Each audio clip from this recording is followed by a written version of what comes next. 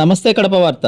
తిరుమలలోని అన్నమయ్య భవనంలో మంగళవారం తిరుమల తిరుపతి బోర్డు సమావేశం బిఆర్ నాయుడు అధ్యక్షతన నిర్వహించారు. ఈవో అనిల్ కుమార్ సింగాల్, అదనపు ఈవో వెంకయ్య చౌదరి మరియు బోర్డు సభ్యులు ఇందులో పాల్గొన్నారు. 103 అంశాలపై చర్చించారు. నవంబర్ 17 నుంచి 25 వరకు జరగనున్న శ్రీ పద్మావతి అమ్మవారి బ్రహ్మోత్సవాల బుక్లెట్ ని ఆవిష్కరించడం జరిగింది.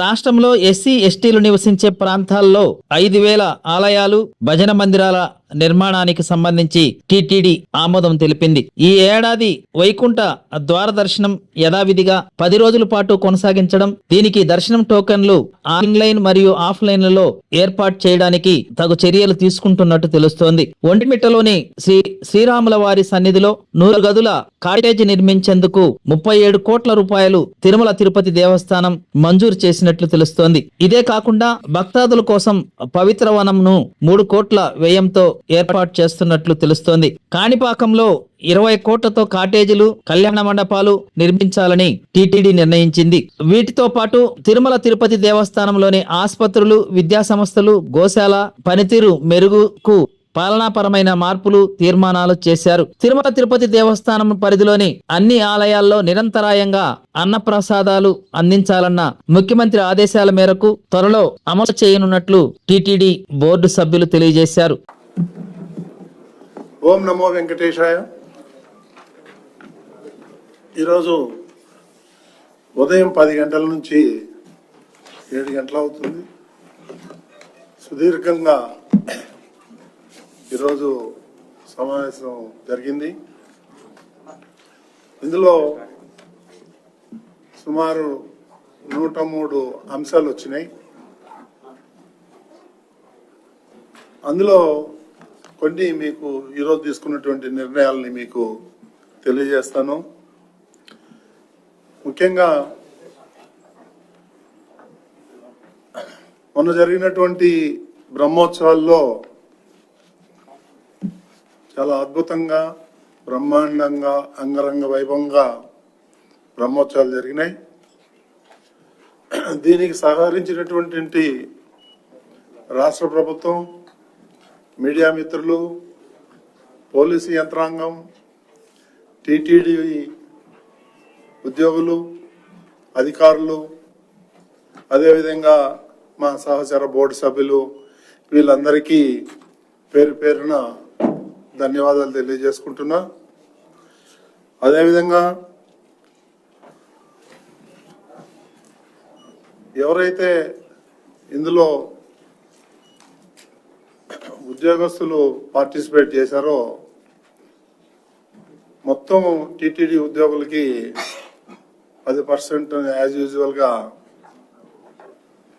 బోనస్ ఇవ్వాలనేటువంటిది నిర్ణయం తీసుకున్నాం. ఎవరైతే డైరెక్ట్ గా ఈ కార్యక్రమాల్లో పాల్గొన్నారో ఉద్యోగస్తులకి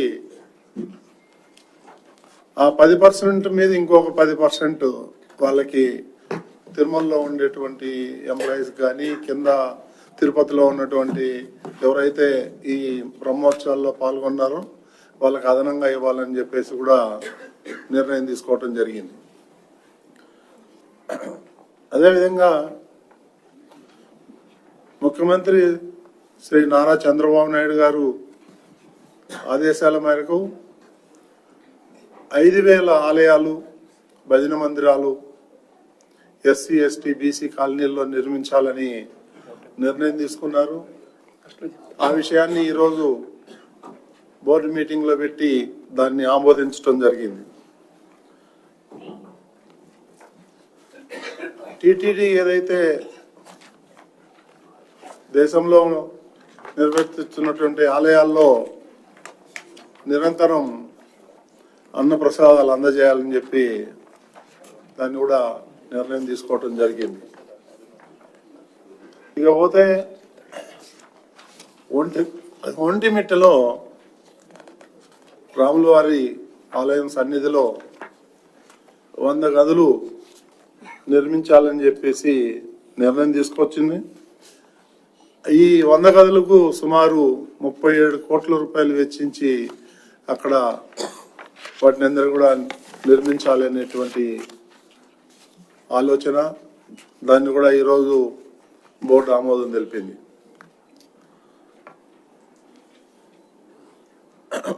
భక్తులకి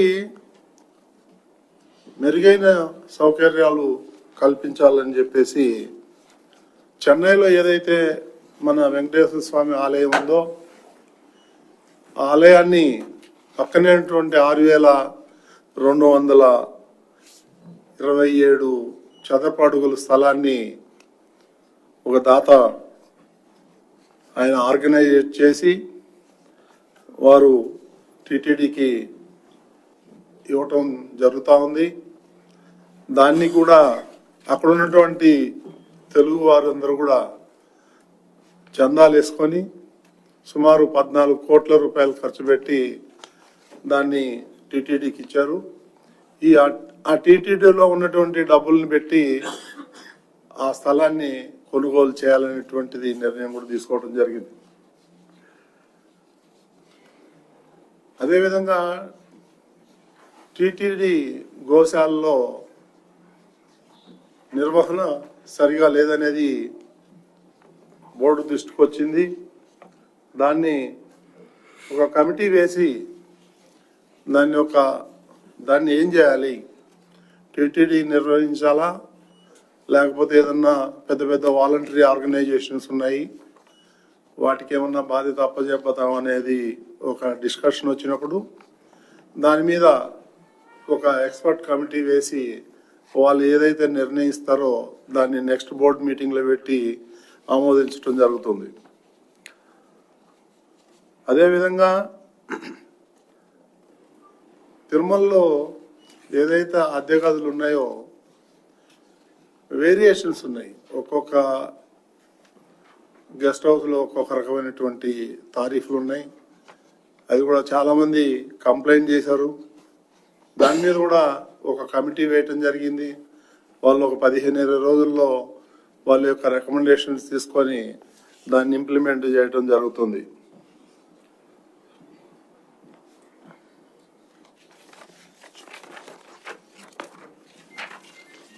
తెలంగాణలో కరీంనగర్లో ఒక ఆలయం నిర్మించాలనేటువంటిది సుమారు 2 సంవత్సరాల నుంచి పెండింగ్ ఉంది. దాన్ని ఈరోజు బోర్డులో పెట్టి ఆమోదం చేయటం జరిగింది.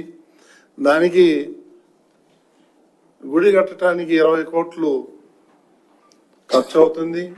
మిగిలినటువంటి ఏదైతే ఆక్సిలరీస్ ఉన్నాయో వాటికి ఇంకొక 10 కోట్లు ఖర్చు అవుతుంది. మొత్తం 30 కోట్లు పెట్టి కట్టాలనేటువంటి నిర్ణయం తీసుకున్నాం. దానికి 10 కోట్లు డొనేషన్ కూడా కలెక్ట్ చేయాలని చెప్పేసి నిర్ణయం తీసుకోవటం జరిగింది. అదేవిధంగా కాణిపాకంలో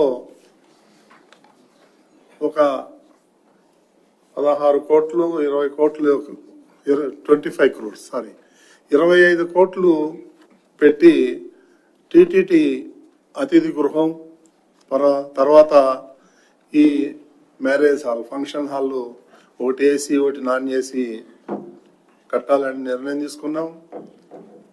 ఆ కట్టేది ఆ నిర్వహించేదంతా కూడా కాణిపాకం ట్రస్ట్ బోర్డు ఏదైతే ఉందో వాళ్ళకి మనం అప్పచెప్పదాం అనేటువంటి నిర్ణయం తీసుకున్నాం.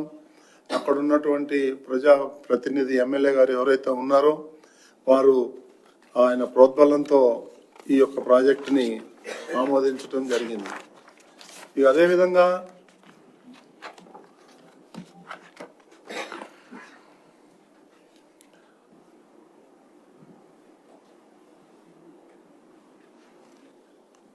ఒంటిమిట్టలో పవిత్ర వనం అనేటువంటిది ముఖ్యమంత్రి గారి అది ప్రాజెక్ట్.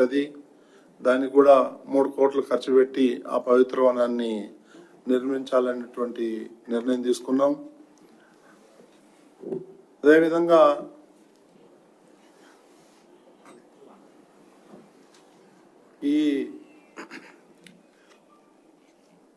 ఈ పర్చేసింగ్ కమిటీ ఏదైతే ఉందో ప్రొక్యూర్మెంట్ దాంట్లో కొన్ని అవకతవకలు జరిగినట్టు మా దృష్టికి వచ్చింది.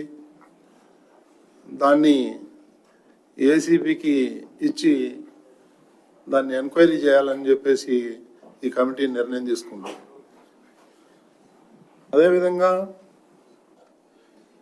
వేదిక యూనివర్సిటీలో పనిచేస్తున్నటువంటి వీసీ సదాశివమూర్తిని తొలగించాలనేటువంటి నిర్ణయం కూడా తీసుకోవడం జరిగింది.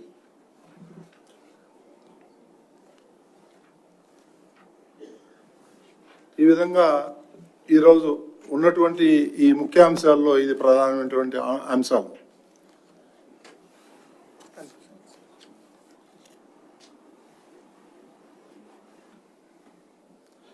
టిటిడి తిరుమల శ్రీవారి బ్రహ్మోత్సవాలకు పనిచేసినటువంటి ఉద్యోగస్తులు ఎవరైతే ఉన్నారో భవనం పర్మనెంట్ ఉద్యోగులకి 15,400, కాంట్రాక్ట్ అవుట్సోర్సింగ్ ఉద్యోగులకి 7,535 ఇవ్వాలని నిర్ణయం. ఆ తర్వాత బ్రహ్మోత్సవాల్లో పనిచేసిన తిరుమల తిరుపతికి చెందిన సిబ్బందికి అదనంగా 10% ఇవ్వాలనేటువంటి నిర్ణయం తీసుకోవటం జరిగింది. ఇది ముఖ్యమైనటువంటి అంశాలు. ఈ విధంగా ఈ 1 yearలో ఇంత సుదీర్ఘంగా అన్ని విషయాలు కూలంకషంగా చర్చించి ప్రతిదీ కూడా నిర్ణయం తీసుకోవటం జరిగింది. మీరు ఏమన్నా క్వశ్చన్ అడగాలంటారు? అది యాజ్ యూజువల్గా 10 రోజులే ఉంటుంది. 2 రోజులని ఎవరన్నారు? లేదండి, యాజ్ యూజువల్.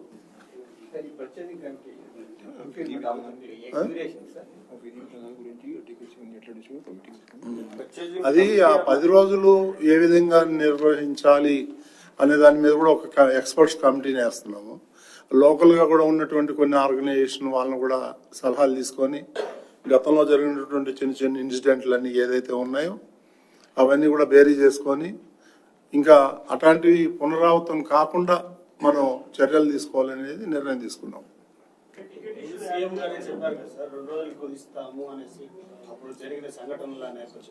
ఆ రోజు సీఎం గారు అన్నమాట వాస్తవం. తర్వాత ఎక్కువ మంది దర్శనం చేసుకుంటే బాగుంటుంది కదా అనేటువంటి పాయింట్లో వాళ్ళు మాకు క్లియర్గా ఆదేశాలు ఇచ్చారు. 10 రోజులు పెట్టండి, సుమారు 7 లక్షల మంది దర్శనం చేసుకుంటారు కదా అనేటువంటి పాయింట్ వచ్చింది.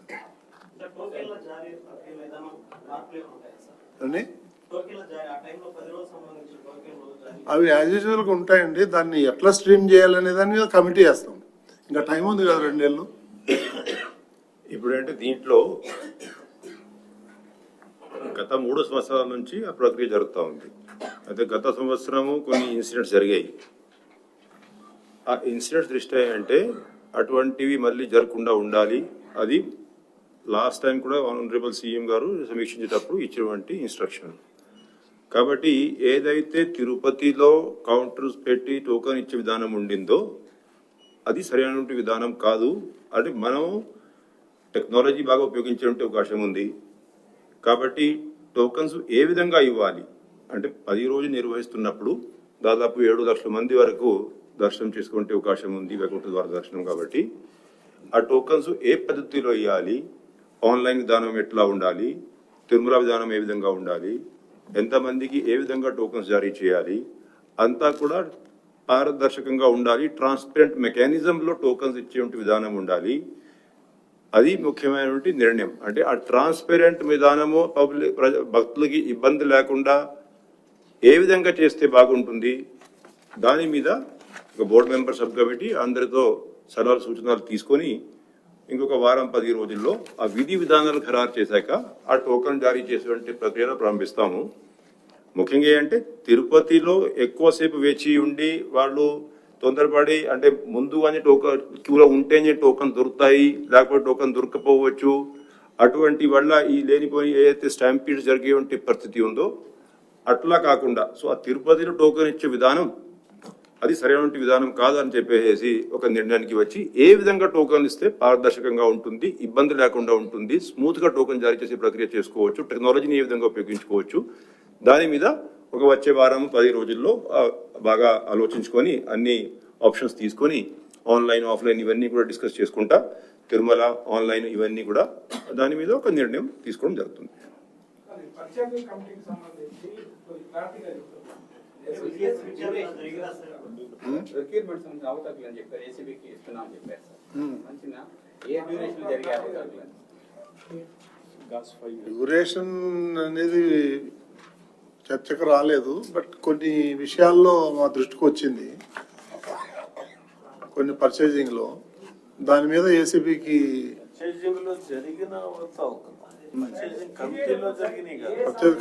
పర్చేజింగ్ ఎవరైతే స్టాఫ్ ఉన్నారో వాళ్ళ మీద అలిగేషన్. ఇప్పుడు ఏంటంటే ఏమండి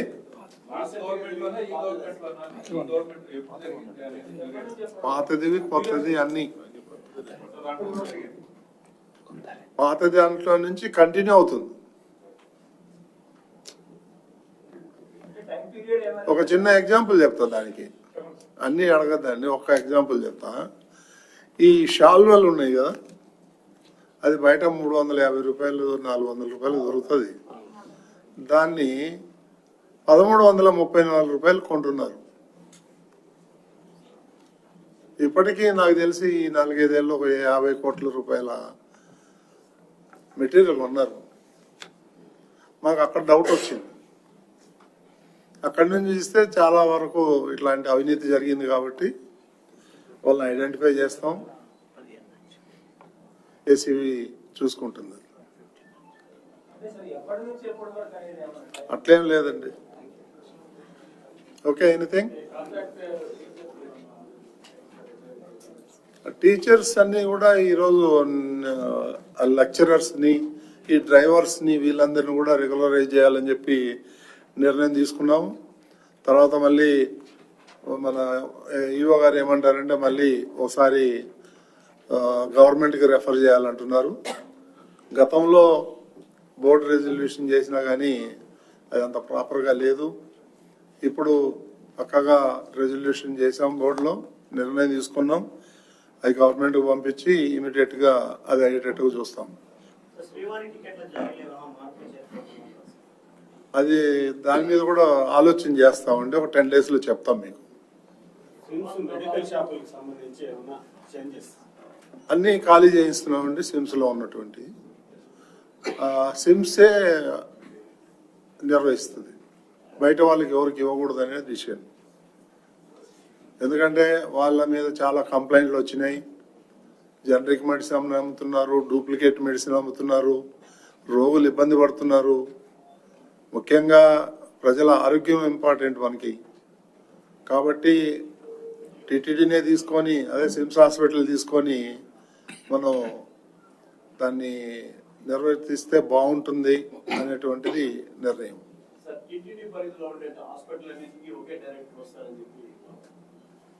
అవునండి, నిర్ణయం అది సీఎం ఆఫీస్ వాళ్ళు తీసుకుంటారు. జగదీష్ని డైరెక్టర్గా పెట్టి ఉన్నటువంటి హాస్పిటల్స్ ఏదైతే ఉన్నాయో టీటీడీకి వాళ్ళందరినీ పెట్టమని చెప్పి ముఖ్యమంత్రి గారు ఆదేశం. ఇంకేమైనా ఉన్నాయండి? చెన్నై ఆలయం పక్కన ఉన్న స్థలం విషయంలో మనకు స్థలం తీసుకున్నాం, డొనేషన్ అంతే కదా, దానికి సంబంధించి ఇంకేదైనా డొనేషన్ అండి, 14 కోట్లు డొనేషన్ తీసుకొని ఆ 14 కోట్లు పెట్టి దాన్ని కొంటున్నాం. ప్రజల దగ్గర నుంచి వచ్చింది, టీటీడీకి ఏమి డబ్బులు కాదు, అది టీటీడీ డబ్బులు కాదు. బ్రహ్మోత్సవ బహుమానం అందరికి ఇస్తున్నారు. సిమ్స్ ఆధ్వర్యంలో పనిచేసే ఒక 1800 మందికి మాత్రం కాంట్రాక్టర్ వర్కర్స్ కి ఇవ్వడం లేదనేసి వాళ్ళు అడుగుతున్నారు. మా దృష్టికి రాలేదు, మరి మీరు ఎవరు చెప్పలేదు.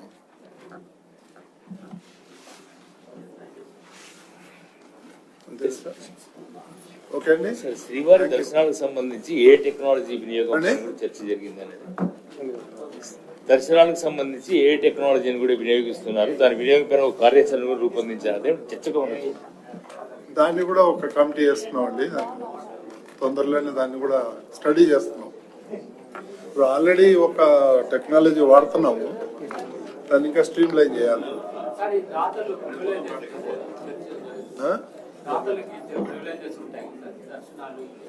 అదే దానికి కమిటీ వేసాను చెప్పాను కదా. దాన్ని ఏం చేయాలి ఏంటి అనేది కూడా కమిటీ డిసైడ్. ఓకే అండి, థ్యాంక్ యూ. ప్రతి ఒక్కరూ తప్పనిసరిగా యూట్యూబ్లోకి వెళ్ళి కడప వార్తను లైక్ చేయండి, సబ్స్క్రైబ్ చేయండి. ఇట్లు మీ జి రమణయ్య, ఎడిటర్, కడప వార్త.